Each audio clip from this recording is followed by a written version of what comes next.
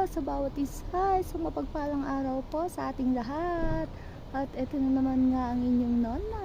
Ayan, natanawan na po itong mga mapuputi na gumamela dito. Yung dinaanan ko nung isang araw na hindi pa mga nag-bloom, ngayon na full bloom na sila, o diba? Sobrang gaganda as usual, eye-catching. Kaya naman ang nona, daan-daan ulit. So alam na this, ano ba namang aasahan sa nona, diba? Tsaka yung isa, yung kulay violet, lapitan na din natin. At para makita nyo na din talaga ng malapitan na madami silang mga bulaklak. So punta tayo dito sa kabilang puno. So ayan, sana lang po ay nakikita kasi sa paningin ko ay hindi po siya malinaw.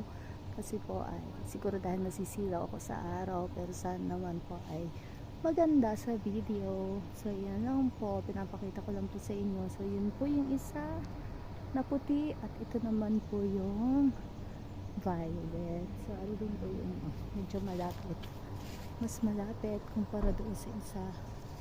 So ayan, hindi po siya kasing dami pa ng bulaklak ng puti, pero yan din po siya, ang dami, nagbubukad-kada na din po.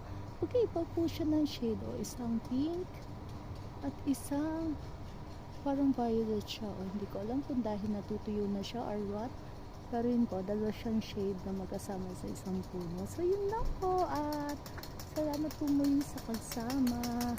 God bless po.